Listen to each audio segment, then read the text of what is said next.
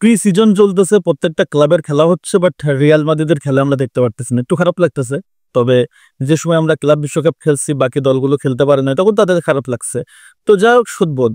এখন বিষয়টা হচ্ছে যে নতুন সিজনে রিয়াল মাদ্রিদের আসলে প্ল্যানটা কি হবে, বা জাবি আলোনসোর প্ল্যানটা কি হবে। অনেকেই অনেকেই বলতেছে জাবি আলোনসো নাকি লাইট জাবি হার্নান্দেজ। না, এই কথাগুলো এই মুহূর্তে বলা ঠিক না, তবে জাবি আলোনসোকে অনেক জায়গা থেকে আমার পছন্দ হয় নাই, অনেক জায়গা থেকেই।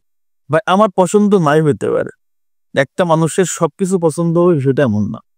তবে একটা জিনিস, যে যেহেতু এই নতুন সিজনের জন্য জাবি আলোনসো এবং রিয়াল মাদ্রিদ, রিয়ালে অনেকগুলো প্লেয়ার আসলে কিনছে। যে জায়গাগুলো দেখি, যদি রাইট ব্যাকে আমরা দেখছি আলেকজান্ডার আর্নল্ড, সেন্টার ব্যাকে ডিন হুইজেন, লেফট ব্যাকে আলভেরো ক্যারেরাস, আর মিডফিল্ডে ফ্রাঙ্কো মাস্তান্তুনো। এই যে 4টা প্লেয়ার কিনছে, তবে সবচেয়ে গতিশীল ফুটবলার আমার কাছে মনে হয় এই জায়গাটাই, যে আলেকজান্ডার আর্নল্ড। কারোর সন্দেহ থাকার কথা না। তবে রিয়াল মাদ্রিদ, আমি মনে করি যে যেহেতু জাবিকে কোচ হিসেবে নিয়োগ করছে, তবে এখানটাতে যদি ইয়ার্গেন ক্লপকে কোচ হিসেবে নিয়োগ করতো, খুব খুব ভালো হতো। তো এই মতে জাবিও আবার এক্স রিয়াল মাদ্রিদ লিজেন্ড। এখন নতুন সিজনে জাবি আলোনসোর আসলে প্ল্যানটা কি হবে, এই একাদশ বা এই টিমটা নিয়ে একাদশটা কেমন সাজাবে। এবং সবচেয়ে বড় চ্যালেঞ্জ হবে হচ্ছে আক্রমণ ভাগ, সেটা হচ্ছে রদ্রিগো যদি থেকে যায়, ভিনিসিয়াস, এমবাপ্পে এবং গানজালো গার্সিয়া। এখন বিষয়টা হচ্ছে গানজালো গার্সিয়া যেভাবে ক্লাব বিশ্বকাপে পারফরমেন্স করছে, টপ স্কোরার ছিল, তাকে কি বাদ রেখে জাবি স্কোয়াড সাজাতে পারবে বা একাদশ সাজাতে পারবে। এখন আসেন, ভিনিসিয়াস জুনিয়রকে যেভাবে পিএসজির সাথে রাইট উইঙ্গে খেলাইলো, এটা কি এমবাপ্পে আবার অ্যাপ্লাই করবে নাকি। আবার এমবাপ্পে খেলছে লাস্ট সিজনে কার্লোর অধীনে নাম্বার 9 রোলটাতে, যখন ভিনি আপনার কার্ডজনিত সমস্যায় বা ইনজুরিতে পড়ছে, তখনই কেবলমাত্র কার্লো তাকে লেফট উইঙ্গে খেলাইছে।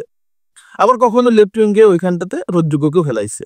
এখন বিষয়টা হচ্ছে নতুন সিজনে নতুন টিম নিয়ে আসলে জাবি আলোনসো কিভাবে এই টিমটাকে সফল করবে, বা কিভাবে আসলে প্ল্যান সাজাবে। এখন আসেন ডিফেন্স লাইন আপটা, আমি টোটাল রিয়াল মাদ্রিদ এবং জাবি আলোনসো প্ল্যানটা কেমন হতে পারে, আমার কাছে সেটা আমার মনে হচ্ছে যে এমন করা উচিত এবং এমনটাই করতে পারে। দেখেন, জাবি আলোনসোর কিন্তু অনেক বড় চ্যালেঞ্জ, কারণ হান্সি ফ্লিক গোছানো টিম, আরো কিছু প্লেয়ারকে দলে ইনক্লুড করছে। তাদের এরিক গার্সিয়ার মতো একটা প্লেয়ার রাইট ব্যাকে দুর্দান্ত করতেছে, রাশফোর্ডকে ইনক্লুড করছে, তারা জোয়ান গার্সিয়াকে কিনছে, তারপর হচ্ছে রুনিকে নিয়ে আসছে। এই যে একটা বার্সেলোনা গোছালো বার্সেলোনার এগনেস্টে যখন জাবি আলোনসো খেলবে, তখন কিন্তু তাকে অনেক বেশি পরীক্ষার সম্মুখীন হতে হবে। কার্লো আনচেলত্তি তো একটাও জিততে পারে নাই। সো অনেক বড় চ্যালেঞ্জ হতে পারে বার্সেলোনার এগনেস্টে। সিজনে কেমন হবে জানি না, তবে বার্সেলোনার এগনেস্টে স্ট্রাগল করতে হবে, কোনো সন্দেহ নাই, যদি নাকি না তার প্ল্যান ঠিক থাকে, যদি নাকি না তার প্ল্যান এবং এক্সিকিউশন মাঠে কাজ না করে। এখন এই যে প্ল্যান আর এক্সিকিউশন কাজ করার জন্য সবচেয়ে মূল কাজটা হবে কি, তার একটা সলিড একাদশ রেডি করা, বারবার একাদশ চেঞ্জ করা না, বারবার এক্সপেরিমেন্ট করা না, একটা ফিক্সড একাদশ রেডি করা, যে একাদশটা তার সাফল্য এনে দিবে।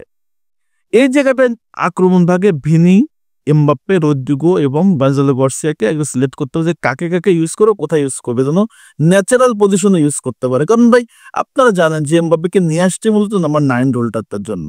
সো এমবাপ্পেকে নিয়ে আসছেন আপনি, ভিনিকে যদি আপনি লেফট থেকে সরাই দেন, তাহলে কিন্তু কাহিনীটা নষ্ট হয়ে যাবে। যায় না আসলে জাবি আলোনসো কি করতে চাচ্ছে বা কি করবে, মিডফিল্ডেও বা কি করবে। চুয়ামেনিকে দেখতেছি ভাই সেন্টার ব্যাকে খেলা দিচ্ছে, ভাই সেন্টার ব্যাকে তো কার্লো খেলে, তো যখন ভাই সবাই ইনজুরি ছিল, অনেকে বলতাম ভাই সেন্টার ব্যাকে তো এর আগে খেলছে আপনার হচ্ছে চুয়ামেনি, কিন্তু এখন কেন খেলে সমস্যা কেন ভাই, তখন সেন্টার ব্যাকরা ইনজুরিতে ছিল ভাই, এখন মিলিতাও ব্যাক করে ফেলছে, রুডিগার আসছে, ডিন হুইজেন আসছে, আলাবা আছে, সবাই তো চলে আসছে। সো এই মুহূর্তে সেন্টার ব্যাকে আমার কাছে মনে হয় না যে চুয়ামেনিকেও দরকার আছে, ভালভার্দেকেও রাইট ব্যাকে দরকার আছে, প্রপার মিডফিল্ড রেডি করতে পারে। রিয়াল মাদ্রিদের এই মুহূর্তে সবচেয়ে সংকটের জায়গা মিডফিল্ড। এই সিজনটাতে একটা মিডফিল্ড কেনা অবশ্যই দরকার ছিল। যদি মাস্তান্তুনোকে কিনতে ভালো আছে, যদি তাকে না কিনে অ্যাঞ্জেলো স্টিলারকে কিন্তু আমার কাছে মনে হয় যে মিডফিল্ডে একটা ব্যালেন্স আসতো।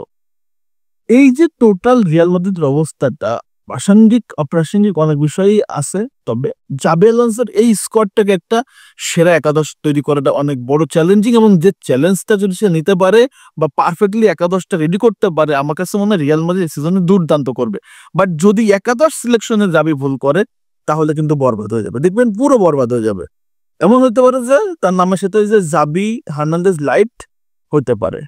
এটা আমার মতামত। যদি একাদশে কোনো রকম নাটক বা কোনো পণ্ডিতগিরি করতে চায়, যদি ন্যাচারালি করতে চায় তাহলে ওকে ফাইন, বাট যদি পণ্ডিতগিরি করতে চায় তাহলে বিপদে পড়বে। এটা হচ্ছে আমার মতামত। আপনাদের মতামত কি অবশ্যই কমেন্টস করে জানিয়ে দিবেন, এবং রিয়াল মাদ্রিদের ম্যাচ কবে সেটাও কিন্তু যদি কেউ জেনে থাকেন জানাবেন। ঘুম আসতেছে না। ধন্যবাদ সবাইকে।